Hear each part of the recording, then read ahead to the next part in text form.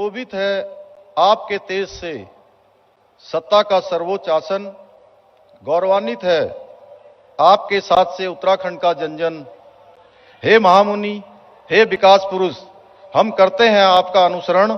देवभूमि की समस्त जनता का आपको कोटि सा नमन, कोटि सा नमन।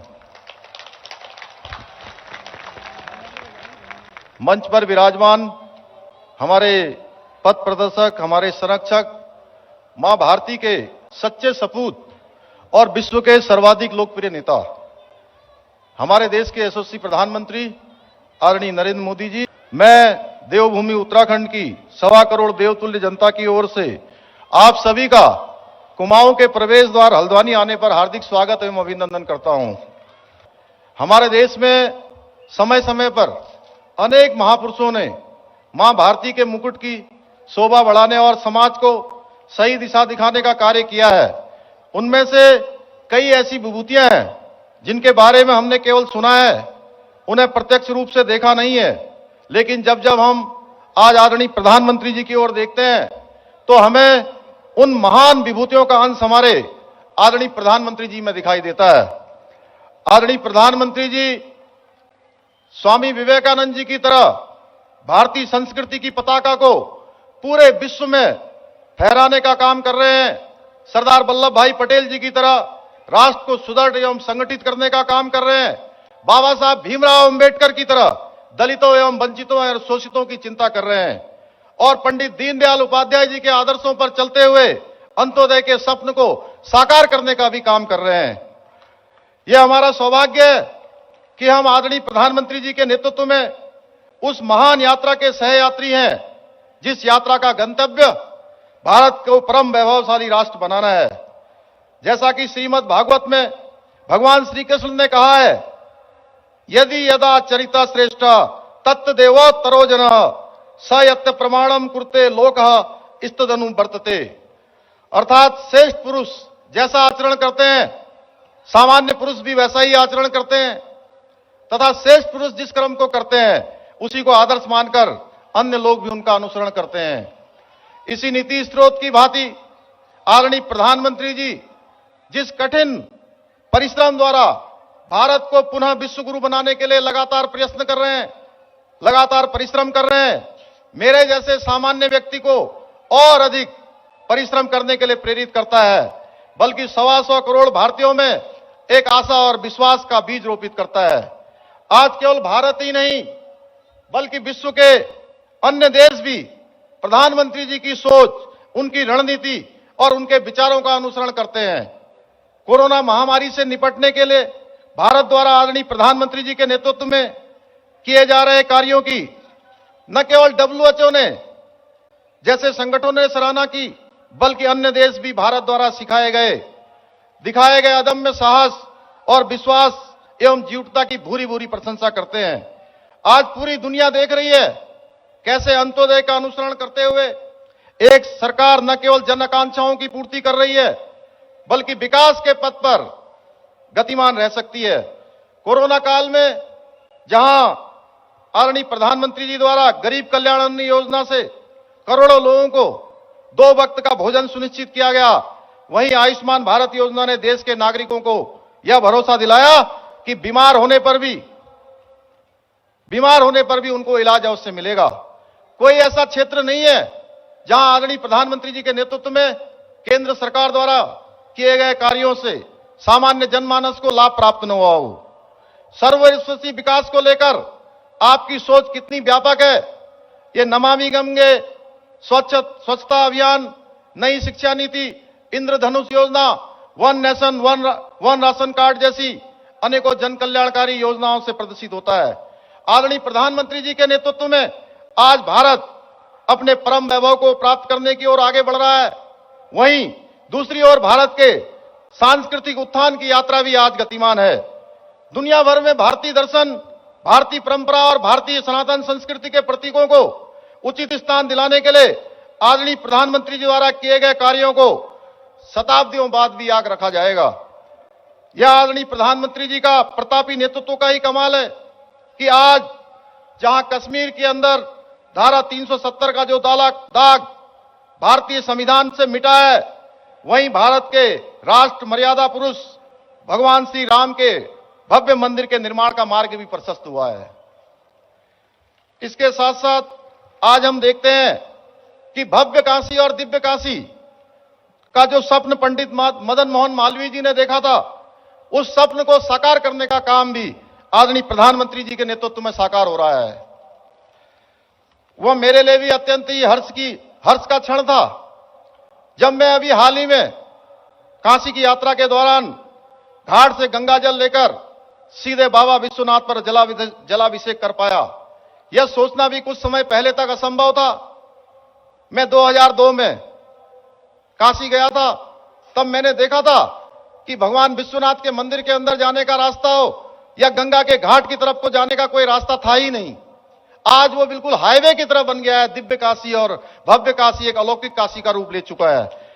भाइयों बहनों, आदरणीय प्रधानमंत्री जी के नेतृत्व में अयोध्या एवं काशी के कायाकल्प के साथ साथ केदारपुरी के पुनर्निर्माण की यात्रा भी अत्यंत ही रोचक है, जिस यात्रा का मैं स्वयं साक्षी हूं।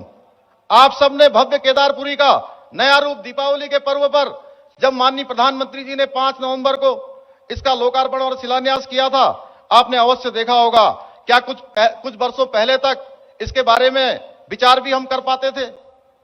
आने वाले दिनों में भगवान बद्रीनाथ धाम, गंगोत्री, यमुनोत्री सहित भारतीय सांस्कृतिक परंपरा के अन्य प्रतीकों का भी रूपांतरण आदरणीय प्रधानमंत्री के नेतृत्व में किया जाने वाला है।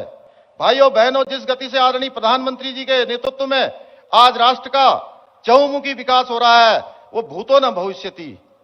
आदरणीय प्रधानमंत्री जी की विकास केंद्रीय नीतियों पर चलकर ही आज उत्तराखंड उन्नति की राह पर अग्रसर हो रहा है। हमें पूरा विश्वास है कि हम भारत का सर्वश्रेष्ठ राज्य बनेंगे। भाइयों बहनों, आदरणीय प्रधानमंत्री जी के नेतृत्व में उत्तराखंड के प्रति कितने सजग और समर्पित हैं, यह बात किसी से छिपी हुई नहीं है। तथा उनके नेतृत्व में चल रही हमारी ये डबल इंजन की सरकार प्रतिदिन विकास के नए सोपान स्थापित करने का प्रयास कर रही है।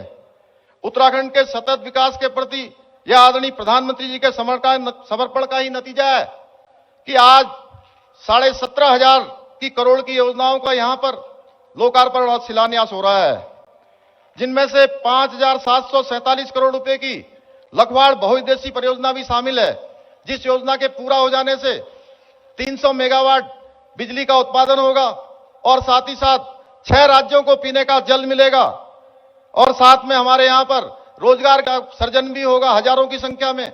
इसके साथ ही साथ हमारा राज्य ऊर्जा के क्षेत्र में एक पावर हाउस भी बनेगा। मुझे पूरा विश्वास है कि आज जिन योजनाओं का लोकार्पण व शिलान्यास आपके द्वारा हुआ है, वो संपूर्ण उत्तराखंड के विकास में एक मील का पत्थर साबित होगा। मुझे पूरा विश्वास है प्रधानमंत्री जी के हाथों 8,700 करोड़ रुपए की जिन सड़क परियोजनाओं का आज उद्घाटन एवं शिलान्यास हो रहा है, यह परियोजनाएं उत्तराखंड में विकास की एक नई कहानी लिखेंगे। भाइयों बहनों, आज चाहे नदुल का मुद्दा हो या बंगाली समाज को पूर्वी पाकिस्तान शब्द जो सर्टिफिकेट में लिखना पड़ता था, या गन्ने का समर्थन मूल्य हो, या उत्तर प्रदेश के साथ 21 वर्षों से लंबित परिसंपत्तियों का बंटवारे का जो मामला हो, हमारी सरकार ने इन सभी समस्याओं को आपके सहयोग से पूरा किया है, उनका समाधान निकाला है। इसके अतिरिक्त आज आदरणीय प्रधानमंत्री जी के कारण ही आज वो स्वप्न भी साकार हो गया जिसकी अब तक केवल कल्पना की जा सकती थी। केंद्र सरकार की ओर से कुमाऊं संभाग में 500 करोड़ रुपए का एम्स का सैटेलाइट सेंटर भी यहां पर आज उसका भी शिलान्यास होने वाला है। इसके प्रारंभ होने से हम भारत के पहले राज्य बन जाएंगे जहां पर एक एम्स भी हमारा ऋषिकेश में काम कर रहा है और दूसरा सैटेलाइट सेंटर भी हमारे इस कुमाऊं संभाग में खुलेगा। मैं आदरणीय प्रधानमंत्री जी का आप सभी की तरफ से हार्दिक अभिनंदन करना चाहता हूं, धन्यवाद करना चाहता हूं कि इतनी बड़ी सौगात हमारे इस राज्य के लिए उन्होंने दी है। इसके अतिरिक्त आज 455 करोड़ रुपए की लागत से पिथौरागढ़ में मेडिकल कॉलेज के निर्माण का कार्य भी प्रशस्त हो गया है। भाइयों बहनों, चारधाम कॉरिडोर की तर्ज पर कुमाऊं क्षेत्र के लिए मानस खंड कॉरिडोर बनाने के लिए भी हम प्रयास कर रहे हैं। इससे जहां एक और क्षेत्र में पर्यटन को बढ़ावा मिलेगा, दूसरी ओर पूरे कुमाऊं के आधारभूत ढांचे को मजबूती मिलेगी। ये भाइयों बहनों, एक बात और मैं आपसे कहना चाहता हूं कि ये विचार करने का विषय है कि आज से पहले क्यों कोई उत्तराखंड में खेल विश्वविद्यालय या गुरुदेव रविंद्रनाथ टैगोर जी के आदर्शों पर स्थापित केंद्रीय विश्व भारती विश्वविद्यालय की स्थापना जैसे कार्यों को बारे में भी विचार नहीं किया गया। आज हमारी सरकार ने दोनों ही काम कर दिए हैं। ये दो विशिष्ट कार्य इसलिए भी सोच सके हैं क्योंकि हमें आदरणीय प्रधानमंत्री जी का पूरा मार्गदर्शन एवं सहयोग मिलता रहता है। भाइयों बहनों, उत्तराखंड के प्रति आदरणीय प्रधानमंत्री जी की आतिथ्यता का परिणाम है कि आज राज्य में 1,00,000 करोड़ रुपए से भी अधिक की परियोजनाओं पर कार्य गतिमान है। इनमें से बहुत सी परियोजनाएं पूर्ण भी हो चुकी हैं। चाहे सड़क मार्ग द्वारा उत्तराखंड के कोने कोने को जोड़ना हो, पहाड़ पर रेल पहुंचाने जैसा कठिन कार्य हो, या देवभूमि के शहरों को हवाई सेवा से जोड़ना हो, आदरणीय प्रधानमंत्री जी के नेतृत्व में हमने कनेक्टिविटी को विकास का मूल मानकर कार्य किया है। प्रधानमंत्री जी के दूरदर्शी नेतृत्व के कारण ही आज ऋषिकेश कर्णप्रयाग रेल लाइन पूरी हो रही है। टनकपुर से बागेश्वर रेल लाइन के लिए हमको 29 करोड़ रुपए की धनराशि जारी हो गई है ब्रॉडगेज सर्वे के लिए। मैं माननीय प्रधानमंत्री जी का धन्यवाद करना चाहता हूं। भाइयों बहनों, विगत 44 वर्षों से लंबित जमरानी बांध एवं पेयजल योजना आदरणीय प्रधानमंत्री जी के प्रयासों से शीघ्र ही प्रारंभ होने जा रही है। इस योजना से जहां आधारभूत ढांचे को मजबूती करने का काम किया जा रहा है, वहीं पर्यटन और रोजगार पलायन जैसे विषयों पर ठोस रणनीति बनाकर प्रोएक्टिव मोड पर कार्य किए जा रहे हैं। भाइयों बहनों, हमारी ये देवभूमि वीर भूमि भी है। इसने अनेक ऐसे वीर पैदा किए हैं जिसने हंसते हंसते मां भारती के लिए अपने प्राणों का बलिदान किया है। उन्हीं में से एक जनरल बिपिन रावत जी भी थे, जिनका हाल ही में एक हवाई दुर्घटना में निधन हो गया। उनका उत्तराखंड के प्रति जो अपार स्नेह था और अद्भुत था, उनका असमय हमारे बीच से चला जाना देश और प्रदेश की अपूर्णीय क्षति है। वह मेरे लिए भी एक निजी क्षति है, क्योंकि उनके दो ही ध्येय थे, सेना को मजबूत करना, उत्तराखंड की उन्नति में लगातार सहयोग करना। इन दो उद्देश्यों को लेकर हमारी केंद्र व राज्य की सरकारें निरंतर कार्य कर रही है। हमारा प्रदेश ऐसे वीर बलिदानियों और रणबांकुरों का सदा ऋणी रहेगा। लेकिन ऐसे पहाड़ के लाल और राष्ट्रभक्त का भी कांग्रेस पार्टी और उसके नेताओं ने सदा अनादर किया है। कुछ वर्षों पूर्व उनके नेताओं द्वारा जनरल रावत को गली का गुंडा तक बताया गया है। यह हमारे सैनिकों को बलात्कारी कहा गया है। आज ये लोग आपके सामने आकर उन्हें सम्मान देने का भी ढोंग कर रहे हैं। भाइयों बहनों, मैं स्वयं एक सैनिक पुत्र हूं और अच्छे से समझता हूं कि फौज की सेवा मात्र एक सेवा नहीं, बल्कि राष्ट्र के प्रति की जाने वाली एक साधना है। आज हमें गर्व है, माननीय प्रधानमंत्री जी के नेतृत्व में सेना का मनोबल और आत्मसम्मान लगातार बढ़ रहा है। आधुनिक हथियारों और साजो सामान से जहां सेना को और अधिक सशक्त बनाया जा रहा है, वहीं उन्हें दुश्मन को जवाब देने के लिए अब दिल्ली की ओर नहीं देखना पड़ता है। गलवान घाटी हो या कश्मीर से कच्छ तक का इलाका हो, आज हमारे बहादुर सैनिक दुश्मन को उसी की भाषा में मुंहतोड़ जवाब देते हैं। आज सीमा से सटे इलाकों में जिस प्रकार से सड़कों और पुलों का निर्माण कार्य किया जा रहा है, अभी 2 दिन पहले ही हमारे यहां पर सीमा क्षेत्र में 3 पुलों का लोकार्पण हुआ है। आज हम सच्चे अर्थों में कह सकते हैं, हम विश्व गुरु होने के साथ साथ विश्व शक्ति बनने की ओर भी अग्रसर हैं। भाइयों बहनों, आज विपक्ष पूर्णतः नेतृत्व विहीन हो गया है। आप ही बताइए, जो व्यक्ति हिंदू और हिंदुत्व में अंतर करता हो, उसे सनातन धर्म के बारे में क्या पता होगा। इस पार्टी के युवराज इस तरह की अनगल बातें क्यों और कैसे करते हैं, इसका भी एक कारण है, जिस बात को हम अपनी कुमाऊनी कहावत द्वारा समझ सकते हैं, जय बुड़ बोलिन वो एक कुड़ बोलिन। अर्थात जिस घर के बूढ़े की मति फिर जाए, वह घर समाप्त हो जाता है। बीते दिनों आपने देखा होगा कैसे कुर्सी की चाह को लेकर एक पार्टी के भीतर रार मची हुई थी। इन्हें उत्तराखंड के विकास से कोई लेना देना नहीं है। उनका ध्यान अगर किसी बात पर है तो इस पर कि कुर्सी किसे मिलेगी। आप में से कौन नहीं जानता कि उत्तराखंड में करप्शन को बढ़ावा इन्होंने दिया है, उत्तराखंड में माफियाओं को बढ़ावा इन्होंने दिया है, उत्तराखंड के युवाओं को पलायन करने पर इन्होंने मजबूर किया है, उत्तराखंड के हितों के साथ समझौता इन्होंने किया है और उत्तराखंड बनाने का विरोध इन्होंने किया है। आज मैं इनको इस मंच से उत्तराखंडियत का अर्थ समझाना चाहता हूं। उत्तराखंडियत का अर्थ है उत्तराखंड को अहमियत जो न तो इन्होंने कभी दी है और न ही ये दल, इसके नेता कभी दे सकते हैं। भाइयों बहनों, हम एक थे और एक ही रहेंगे। अगर किसी चीज की अहमियत इन्होंने दी है तो सबसे पहले दिल्ली वाले परिवार को दी है और दूसरे नंबर पर अपने परिवार को दी है। उत्तराखंड के साथ आज तक जितने धोखे कांग्रेस पार्टी ने किए हैं, वो किसी पाप से कम नहीं है। आप खुद ही बताइए, क्या देवभूमि की जनता ऐसे पापी हाथ का साथ देना चाहिए? देना चाहिए क्या ऐसे पापी हाथ का साथ? आप ही बताइए, मैं आप सबसे पूछ रहा हूं। कांग्रेस और करप्शन एक दूसरे के पर्यायवाची हैं और इनके नेता सत्ता न मिल पाने की वजह से कुंठित है। इसी कुंठा में ये वो हर काम कर रहे हैं जिनकी वजह से जनता की नजरों में लगातार नीचे गिरते जा रहे हैं। आप लोगों की इतनी विशाल संख्या देखकर एक मैदान यहां भरा हुआ है आदरणीय प्रधानमंत्री जी को सुनने के लिए, इसके बगल में दूसरा मैदान भरा हुआ है। सड़कों पर आप हजारों हजार की संख्या में यहां पहुंचे हैं।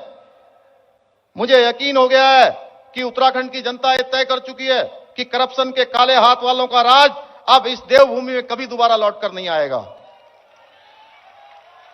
आजकल इन काले हाथ वालों को इन जैसे ही एक और दल का भी साथ मिल गया है और उस दल के नेताओं ने अपनी अक्ल पर भी झाड़ू फेरी हुई है और दिल्ली के बाद अब उत्तराखंड में भी तुष्टीकरण को बढ़ावा देने का काम कर रहे हैं। मैं बता देना चाहता हूं इस दल के नेताओं को कि उत्तराखंड की स्वाभिमानी जनता न तो दिल्ली में हुए दंगों को भूली है और न ही सर्जिकल स्ट्राइक पर उठाए गए, सेना पर उठाए गए इनके सवाल को भूली है। उत्तराखंड का मतदाता मुफ्त का सहारा नहीं चाहता, बल्कि वो चाहता है जिस ओर हमारे प्रदेश को और देश को आगे ले जाने का काम आत्मनिर्भर भारत और आत्मनिर्भर उत्तराखंड चाहता है। मेरे उत्तराखंड का हर एक भाई और बहन ये अच्छे से जानते हैं कि उत्तराखंड को आत्मनिर्भर बनाने का संकल्प यदि कोई सिद्ध कर सकता है तो वो केवल और केवल भारतीय जनता पार्टी है और माननीय प्रधानमंत्री जी के नेतृत्व में हम इस काम को आगे बढ़ाएंगे। भाइयों बहनों, हमने हर विभाग से अगले 10 सालों का रोड मैप मंगवाया ताकि हम भविष्य की आवश्यकताओं के अनुरूप राज्य के विकास का खाका खींच सकें। उत्तराखंड को लेकर हमारी नीति और नियत दोनों ही स्पष्ट और ईमानदार है। आदरणीय प्रधानमंत्री जी के नेतृत्व में चल रही हमारी डबल इंजन की सरकार एक विजन बनाकर राज्य के विकास के लिए निरंतर कार्य कर रही है। आज हमारा उत्तराखंड विकास चाहता है, हमारा उत्तराखंड संभावनाओं से भरा आकाश चाहता है, हमारा उत्तराखंड अपने सपनों को साकार करना चाहता है। भाइयों बहनों, उत्तराखंड फिर एक बार भाजपा की सरकार चाहता है। आज आप सभी मेरे साथ एक संकल्प लीजिए, जिस विकास पथ पर अपना उत्तराखंड बढ़ चला है, हमें इस यात्रा को अब रुकने नहीं देना है। हमने अपने प्रदेश को राज्य की रजत जयंती वर्ष, जो माननीय प्रधानमंत्री जी की भी हमसे अपेक्षा है कि 2025 तक भारत का सर्वश्रेष्ठ राज्य बनाना है और मुझे पूरा यकीन है आपका ये हौसला संकल्प को अवश्य करके ही सिद्ध करके दिखाएगा। हम विकल्प पर ही संकल्प के मंत्र के अनुयायी हैं। उत्तराखंड के विकास के लिए यही हमारा अंतिम ध्येय है। हमें उत्तराखंड का प्राचीन हमारा इतिहास ये बताता है कि हम कभी भी लड़े बिना पीछे नहीं हटे हैं, क्योंकि हमारी सोच, हमारी संस्कृति केवल और केवल संघर्ष और सेवा करना जानती है, जिसका अनुसरण हमारी सरकार 24 घंटे कर रही है। अंत में मैं माननीय प्रधानमंत्री जी को उत्तराखंड की जनता की तरफ से भारतीय जनता पार्टी की जीत के प्रति आप सभी के विश्वास को सिरोधार्य करते हुए इन्हीं पंक्तियों के साथ अपनी वाणी को विराम देना चाहूंगा कि मैं पथिक हूं, पथ मेरा बस कर्म सिखलाता मुझे। मैं पथिक हूं, पथ मेरा बस कर्म सिखलाता मुझे। सत्य जो हृदय में है वो ध्येय दिखलाता मुझे। स्वप्न मेरे हैं तो मुझको ही उठाना भार है। हूं किनारे पर खड़ा, लक्ष्य भी उस पार है। मैं समुद्र की लहरों को मार तो सकता नहीं, किंतु मानव मैं फिर भी हार तो सकता नहीं। बहुत बहुत धन्यवाद। भारत माता की, भारत माता की, भारत माता की। लेकिन मैं आपको सिर्फ ये अपील करने आया हूं कि अगर अभी तक आपने K24 news and entertainment channel को सब्सक्राइब नहीं किया तो प्लीज कर लीजिए। मैंने भी सब्सक्राइब किया है और अगर अभी तक आपने नहीं किया फटाफट से करें। टेढ़े मेढ़े रास्ते मगर सीधे सच्चे लोग, सियासत के गलियारे और दिलकश नजारे, देवभूमि उत्तराखंड की हर खबरें होने न देंगे आपको कमजोर। सच का आईना लिए हम हैं K24।